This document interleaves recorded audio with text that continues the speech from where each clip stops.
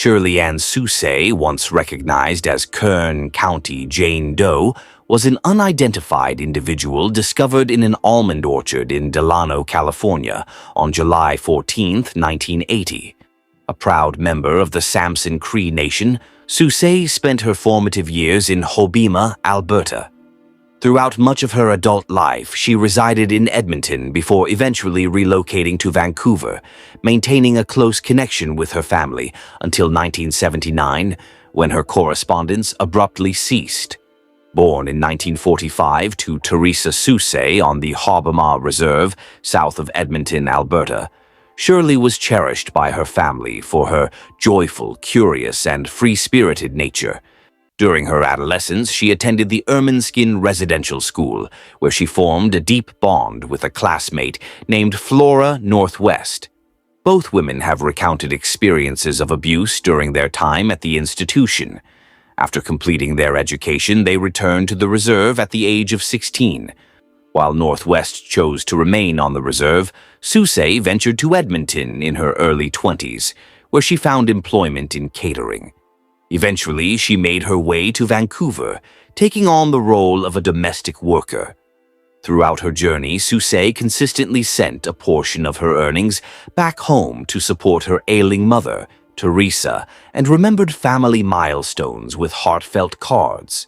Sues was the mother of 2 boys, both of whom were taken by the child welfare system, allegedly following unverified claims of mistreatment made by the father, with whom she had a tumultuous relationship.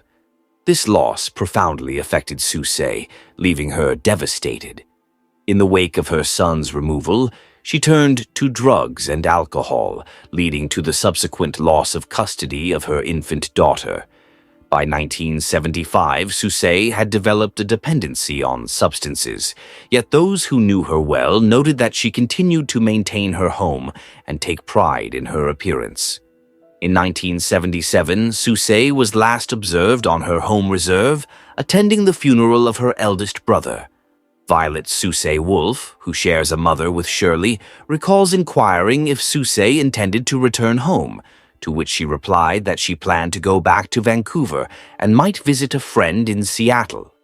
By 1979, the family in Hobbema ceased to receive any communication from Shirley. The absence of Shirley deeply troubled Teresa Sues, who, according to Violet Sues Wolf, would mourn her every night. Following Shirley's disappearance, Sues Wolf vowed to Teresa that she would embark on a quest to find Shirley and bring her home. In 1980, at the age of 20, Sues Wolf began undertaking regular 13-hour journeys to British Columbia and Seattle, diligently searching morgues, hostels, hospitals, and cemeteries for any sign of Shirley. Notably, no searches were initiated in California, as there was no indication that Shirley had ever been there. In 2006, Sues Wolf successfully located both of Sues' sons by submitting her DNA to Ancestry.com, with one son eventually returning to reside on the reserve. Throughout her adult life, Sues Wolf continued her relentless search for Sues, often supported by Sues' loved ones, including Northwest and Sues' sister Belle, who assisted until her passing in 2011. In 2019, Sues Wolf addressed a women's conference, sharing her exhaustive efforts to honor her promise to Teresa, who passed away in 1991, and the necessity for her to find closure. Tragically, Sues' remains were discovered on July 14, 1980, in an almond orchard near Delano, California, approximately 13 rows deep and a considerable distance from the nearest road. An irrigation worker at the orchard stumbled upon the remains, which had been there for about a day. The earth surrounding Sues' remains bore the distinct marks of tire tracks, yet conspicuously lacked any footprints, indicating that her life was extinguished elsewhere before her body was unceremoniously discarded at the location. Tragically, Sues had endured a brutal assault before her demise, suffering 29 stab wounds to her chest and abdomen. Evidence of struggle was apparent, with defensive wounds evident on her arms. Clad in a pink blouse, Sues was discovered fully dressed. However, no personal belongings such as jewelry, a handbag, or identification accompanied her. An autopsy revealed that the unidentified remains likely belonged to a Hispanic or indigenous woman, estimated to be between 30 and 35 years of age. She was presumed to have stood 64 inches, 160 centimeters, tall and weighed around 115 pounds, 52 kilograms. A bottle of Michelob beer was found at the scene, and her blood alcohol content was recorded at a staggering 0.3%. Upon recovery, it was noted that an entire row of her upper teeth was missing. The autopsy further uncovered signs of previous pregnancy and childbirth, as well as a surgical rod implanted in one of her legs. Sues bore two distinctive tattoos on her left arm. One proclaimed, "Mother, I love you," while the other read, "Love you, Shirley, Seattle." After a prolonged period of anonymity, she was laid to rest in an unmarked grave within a California cemetery, officially designated as Kern County Jane Doe No. 5. Investigators from Kern County dispatched her fingerprints to Washington and Nevada, speculating that she might have been a migrant worker engaged in seasonal agricultural labor, particularly due to the mention of Seattle in one of her tattoos. Another line of inquiry focused on the origins of her tattoos, yet no specific tattoo parlor could be identified. Moreover, tattoo artists in Los Angeles indicated that the designs did not align with the contemporary styles prevalent in the area. The Kern County Sheriff Coroner Division had diligently established multiple tip lines and media outreach efforts. However, these initiatives yielded no leads regarding the woman's identity, leading investigators to surmise that she was likely not a resident. Insights provided by her murderer post-sentencing suggested that Sues may have been abducted from a pub called Ruby's in Lemoore, located in the adjacent Kings County, which has since been transformed into a venue known as the Wrecking Ball. Additionally, there was a lead indicating that the victim might have been known as Rebecca Ochoa, or Becky, during her lifetime. Years later, Shirley's case was featured on a crime television program, which Violet Sues Wolf vividly recalls watching.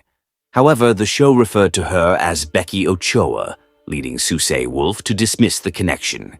In July 2018, Dawn Ratliff, who was overseeing the case, contacted the DNA Doe Project to request their assistance. In 2008, a DNA analysis identified 56-year-old Wilson Sues as a suspect in the murder of the then-unknown Sues. At that time, Sues was serving a life sentence in state prison for multiple counts of kidnapping, robbery, and rape committed in August and September of 1980, with eligibility for parole in 2017. Nevertheless, no charges were filed, and the case remained unprosecuted, as Kern County officials were reluctant to move forward without the victim's identity. In 2012, DNA collected from rape kits dating back to 1980 linked Sues' murder to another case involving a woman who had been raped and stabbed in Westlake Village, Ventura County, California, on July 18, 1980. This victim also remains unidentified, and as of 2022, her case is actively being investigated by the DNA Doe Project. Following this revelation, Sues' case was integrated into the Ventura County investigation in 2013. Given that Sues' DNA was found at two victims' crime scenes in strikingly similar murder cases, the case was brought to court even though neither victim had been identified. In September 2015, a court order mandated the relocation of Sues to Ventura County. On the 30th of that month, he faced 3 murder charges and was subsequently tried in the esteemed Ventura County Superior Court. By May 31, 2018, Sues was found guilty of the heinous rape and murder of 2 women. Although he was also tried for the murder of the unborn child of a Ventura County victim, he was acquitted of that charge and received 2 life sentences without the possibility of parole. In the same year, the DNA Doe Project officially adopted the case of Kern County Jane Doe. DNA was extracted from bloodstains on the blouse found with Sues, which had been preserved in evidence storage, making it a more economical option than exhumation. A news release from the DNA Doe Project indicated that the DNA on the blouse was significantly degraded, resulting in nearly a year required to reconstruct Sues' genome. By May 2019, Sues' genetic profile was uploaded to GEDmatch to initiate genetic tracing. Initially, there were no matches for Sues' profile within the GEDmatch database. However, in September 2019, a new individual uploaded their DNA, revealing a connection as a half-second cousin to Sues, indicating they shared a great-grandparent. Despite this promising lead, the DNA alone did not specify which great-grandparent was involved. Through a thorough examination of the individual's lineage, DNA Doe Project volunteers identified one indigenous great-grandparent, prompting the search to focus in that direction. Nevertheless, the DNA Doe Project faced challenges due to insufficient relevant data, ultimately hindering further progress. Gina Rather, the DNA Doe Project team leader for Sues' case, noted that tracing indigenous ancestry poses unique difficulties, primarily due to the limited amount of indigenous DNA available in databases like GEDmatch and the oral tradition of indigenous family histories, which often leaves scant official records for forensic genealogists to utilize. DNA Doe Project volunteers ascertained that the parents of Kern County Jane Doe likely hailed from Massachusetts, with additional branches of her family traced back to regions in Saskatchewan and Manitoba.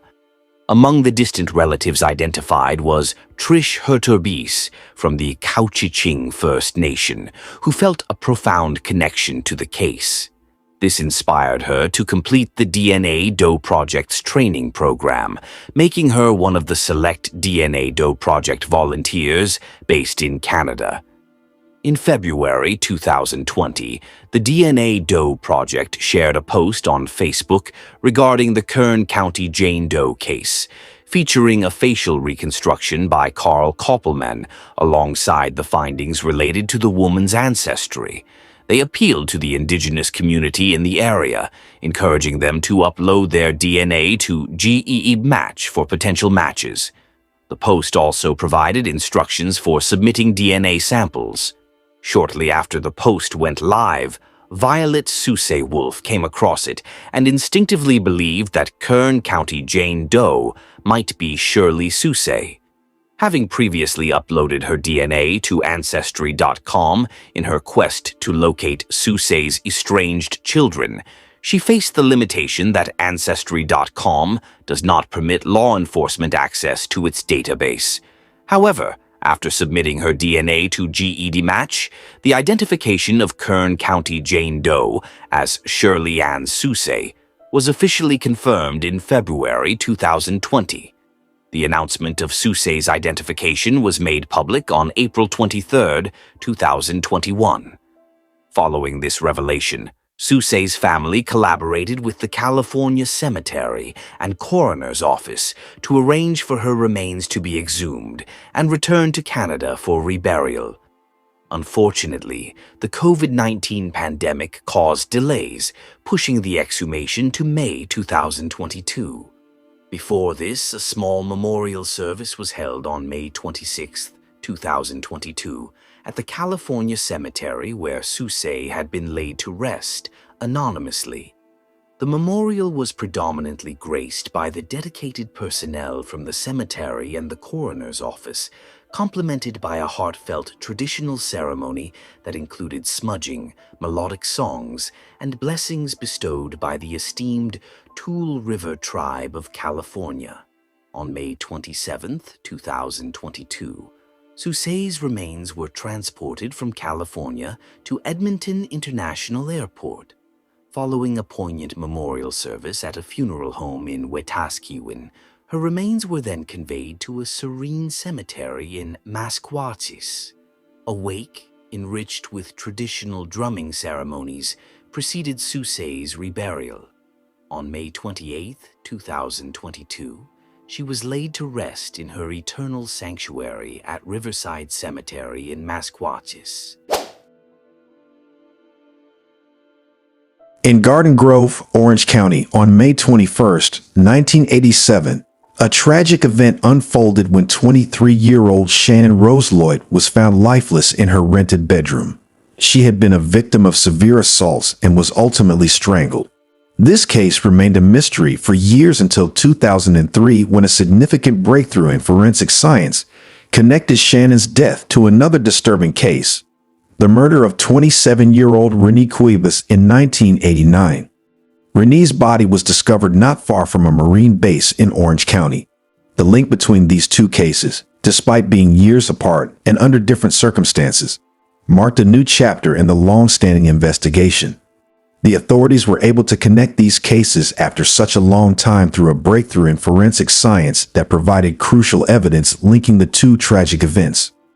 Orange County, California, is a vibrant and diverse region located in Southern California. It is comprised of 34 municipalities and is renowned for its stunning beaches, world-famous surfing spots, and popular amusement parks such as Disneyland and Knott's Berry Farm. As a result, it has become a highly sought-after tourist destination. With a population of over 3 million people, Orange County ranks as the fifth largest county in the United States. While it generally enjoys a reputation for safety, there are certain areas within the county that experience gang activity. Against this backdrop, the cold case of Shannon Rose Lloyd and Rene Ramirez remains unsolved, casting a shadow over this otherwise thriving county. Shannon Rose Lloyd, born in 1964, was a vibrant and adventurous 23-year-old residing in Garden Grove, California. Known for her tomboyish charm and zest for life, Shannon possessed a multifaceted personality. Her love for horses was just one aspect of her vibrant character. Although details about her work life and family background, including her parents' names, were not widely known, it was clear that Shannon's life story was still unfolding. Those who knew Shannon remember her as a free-spirited wild child, always ready for an exciting adventure. Spending time with her meant embarking on a spontaneous journey with no predetermined destination. Shannon's brother, Tom Lloyd, shared her enthusiasm for life, contributing to the dynamic energy of their social circle. According to a close friend, Shannon was rumored to be a mother to a young son, revealing a tender side to her otherwise carefree nature. Her relationship with her boyfriend was a testament to love and patience. Despite Shannon's youthful energy and reluctance to settle down, the boyfriend's unwavering devotion to her was evident. He consistently made an effort to be by her side, demonstrating his deep care for her. Shannon's close-knit group of friends included Brian Scholes, John Beckman, and Roger Fillion. They were known for their strong bond, camaraderie, and shared love for fun and music. Rene Ramirez, born in 1960, resided in Orange County, California at the age of 27. Her family held a deep affection for her, especially her grandmother Mercedes, who lovingly referred to her as Amma. Rene shared a close bond with her siblings Michael, Kelly, Victor, and her sister Marlene, enveloped in familial love. This love extended to her aunt Amelia, who held a special place in Rene's heart. Unfortunately, tragedy struck as all these beloved family members have since passed away. Rene was a devoted mother to her son, Lloyd Ramirez, who bore a striking resemblance to her. Lloyd was the center of her world, bringing her immense pride and joy. She showered him with unconditional love, ensuring he always had little gifts, candies, toys, and clothes. In Louis's eyes, his mother was his everything. Rene possessed a striking physical beauty, with long brownish red hair and fair snow-white skin. Her smile, adorned with adorable dimples, radiated happiness. These same dimples were a charming trait passed on to Louis. Everyone around her could feel Rene's angelic presence. One unforgettable moment was when she excitedly shared her spiritual journey of being born again, her enthusiasm making her appear like a dancing angel. Sadly, this vibrant and beautiful woman's life was tragically cut short, leaving a void in the hearts of those who loved her. In 1987, Shannon Rose Lloyd, then 23 years old, rented a room in northern Garden Grove. Her residence was situated in the 11,900 block of Donna Lane, a peaceful part of the neighborhood. The house was owned by 70-year-old Casimir Bursuk, who provided Shannon with accommodation. It was an ordinary dwelling in a typical Orange County suburb, where tranquility was expected in everyday life. However, on May 21st of that year, an unimaginable tragedy shattered the serenity of this community. Casimir Bursuk, Shannon's landlord, made a horrifying discovery. He found Shannon's lifeless body in her room, a sight that no one, including himself, was ever prepared to witness. Casimir, overwhelmed with shock and a sense of urgency, hurriedly made his way to a neighbor's house, desperately seeking assistance. His primary objective was to immediately contact the authorities and report the horrifying scene he had stumbled upon. The police were promptly summoned to the location, initiating a lengthy and intricate investigation into the untimely demise of Shannon. This particular day marked a pivotal moment, not only for Shannon's loved ones but also for the criminal history of Orange County. The tranquility of the neighborhood was forever disrupted by this tragic event. 2 years later, another heart-wrenching incident unfolded in Orange County. In the early hours of February 19, 1989, a disturbing discovery was made near the El Toro Marine Base along Lambert Road. It was there that the lifeless body of Rene Cuevas, a 27-year-old woman, was found. This grim revelation was made by an anonymous individual who, upon encountering such a distressing sight, promptly notified the police. The area surrounding the El Toro Marine Base, typically associated with the disciplined lives of military personnel, suddenly became the focal point of a criminal investigation. The peacefulness of the early morning was shattered by the flurry of police activity as they arrived to unravel the intricacies of this tragic incident. Rene's death, occurring just 2 years after Shannon's, added another layer of sorrow and enigma to the Orange County community. The close proximity of these two cases, both in terms of time and geography, gave rise to numerous questions and concerns. The serene and orderly atmosphere of the area was once again overshadowed by the darkness of an unresolved crime, leaving the community and Rene's loved ones in a state of shock and sorrow. Immediately following the discovery of Shannon Rose Lloyd's body, the police initiated an extensive investigation into her untimely demise. They soon uncovered the distressing details. Shannon had been brutally assaulted and strangled in her own bedroom. The revelation had a profound impact on the community, intensifying the already tragic nature of the event. Shannon, described by neighbors as an attractive and petite woman, was known to be a mother and had a boyfriend who frequently visited her. However, there were occasional sightings of questionable individuals at her residence, adding complexity to the case and expanding the potential pool of people who may have been involved or had knowledge of her final moments. Interestingly, the police had been called to Shannon's residence on 3 separate occasions before, though the reasons behind these visits remained unclear. Furthermore, neighbors reported a high incidence of burglaries in the area during that time. Surprisingly, there was no evidence of forced entry into Shannon's house, and no belongings seemed to be missing. This lack of disturbance at the crime scene suggested that the perpetrator may have been familiar with Shannon or her home. Despite these details, the investigation reached a standstill, with no clear suspects or leads. Shannon Rose Lloyd's case went cold. When Rene Cuevas' body was discovered, the police immediately launched a parallel investigation to Shannon's case. The circumstances surrounding Rene's death bore a chilling resemblance to Shannon's. She too had been brutally assaulted and strangled. This disturbing similarity indicated a possible pattern, raising concerns for both the investigators and the community. However, the investigation into Rene's death faced significant challenges. Like Shannon's case, there were no obvious leads or suspects to pursue. The lack of evidence and witnesses left the police with limited avenues for exploration. As a result, it became increasingly difficult to reconstruct the events leading up to Rene's tragic demise. Over time, the investigation lost momentum. The available clues led to dead ends, and the trail of the perpetrator went cold. In a surprising turn of events, a significant breakthrough occurred in 2003 for the cold cases of Shannon Rose Lloyd and Rene Cuevas. Law enforcement's persistence led to the reopening of Shannon's case nearly 2 decades after her death. With advancements in forensic technology, The DNA evidence from the crime scene was entered into CODIS, the Combined DNA Index System. This national database for DNA profiles offered hope in solving these long-standing mysteries. The CODIS results reveal a shocking truth. The DNA from Shannon's case matched that from Rene's murder, indicating the same person was responsible for both crimes. Despite this crucial evidence, the killer's identity remained unknown, requiring further investigation.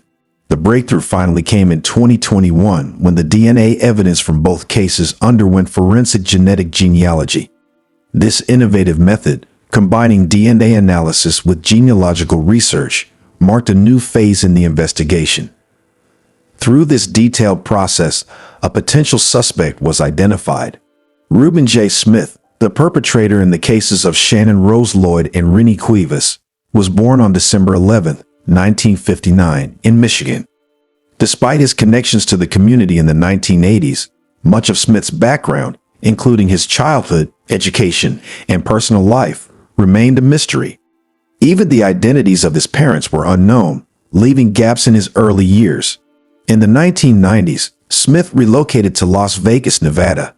Following the relocation to Las Vegas, Nevada, Reuben J. Smith's criminal activities eventually led to his arrest in July of 1998. He was taken into custody by the police on charges of inhumane assault and attempted murder of a woman. This arrest marked a pivotal moment as it brought Smith's actions under legal scrutiny. Despite the dismissal of the charges against him, Smith tragically took his own life in November of 1999 using a firearm in Las Vegas. This sudden end to his life left many questions unanswered. However, through DNA evidence obtained from Smith's previous arrest, a crucial link was established. The DNA profile from Smith matched the male DNA found at the crime scenes of Shannon Lloyd and Rene Cuevas, revealing the truth. Reuben J. Smith was the perpetrator behind the murders of both women. The confirmation of Smith's involvement in these crimes brought closure to the long-standing mystery surrounding their deaths. The resolution of the cold cases of Shannon Rose Lloyd and Rene Cuevas provided a deep sense of closure to their families, who had endured years of unanswered questions and unresolved grief. Yolanda Liu, Rene's cousin, came forward to express sincere gratitude towards the police and all those involved in the investigation. Additionally, Garden Grove Police Chief Amir El Farah issued a statement. As we conclude the investigation into the unsolved cases of Shannon Rose Lloyd and Rene Cuevas, two significant inquiries arise. Is there any possibility of a different approach that could have expedited the resolution of these cases? And what valuable insights can we extract from their narratives to assist forthcoming investigations? On April 26, 2023, a farmer engaged in the laborious task of digging a ditch on his property near Coxmoor Road in Sutton-in-Ashfield, Nottinghamshire, stumbled upon a chilling revelation. Buried between 4 and 6 feet beneath the surface, he unearthed human bones, unwittingly unraveling a mystery that had lingered for 56 years. An anthropologist, upon examining the remains, identified traumatic injuries to the skull, indicating that these bones belonged to a victim of foul play. Initial DNA tests conducted by the authorities yielded no leads in identifying the remains. However, the release of images showcasing a shoe and distinctive socks found alongside the bones caught the attention of a man named Russell Lowbridge. Convinced that the remains might belong to his long-lost grandfather, Russell promptly reached out to the police. He and one of his uncles provided DNA samples, which ultimately confirmed that the remains were indeed those of Alfred Snso, Russell's grandfather. A resident of Pinxton, straddling the border of Nottinghamshire and Derbyshire, Alfred was affectionately known as the champion pigeon man of Pinxton, celebrated for his passion for pigeon racing. He began his career in the local coal mine at the tender age of 14, gradually ascending to a more lucrative position, yet he was known for his generosity, often sharing his earnings with friends and family in need. Alfred was a devoted husband and a loving father to 6 children, and by 1967, he had also embraced the role of grandfather at the age of 54. On the fateful evening of January 27th that year, he ventured to the Miners' Arms pub with 2 of his sons and a few friends. His last known sighting was around 10:30 p.m., when he handed his son some money for the next round of drinks before stepping outside for a moment. Tragically, he never returned. The anguish of his disappearance weighed heavily on his entire family, particularly on his son Gary, who had been present that night. Gary dedicated decades to seeking answers, reaching out to various agencies, hiring a private investigator, and conducting his searches, scouring abandoned wells and local fields in a relentless quest for closure. Gary inherited his father's passion for pigeon racing, a pursuit he cherished long after his father's mysterious disappearance. Tragically, he succumbed to a brief illness in November 2012, leaving behind a lifetime of unanswered questions regarding his father's fate, a quest that haunted him for decades. Russell Lowbridge poignantly remarked, "The uncertainty surrounding his father's fate shattered him. I seek justice for Gary, who devoted himself tirelessly to uncovering the truth. This torment lingered with him until his final moments." The Snso family intends to lay Alfred's remains to rest alongside Gary, symbolizing a poignant reunion between father and son. While the mystery of Alfred's disappearance has been resolved, the revelation of his murder has birthed new inquiries that demand attention. A formal murder investigation has been initiated.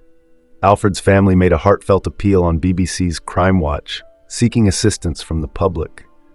The coal mine where Alfred was employed has since shut down, and as it was a significant source of employment in the region, many residents from that era have relocated.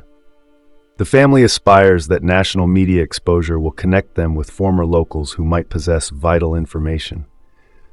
Alfred's remains were discovered approximately 5 miles from his last known whereabouts.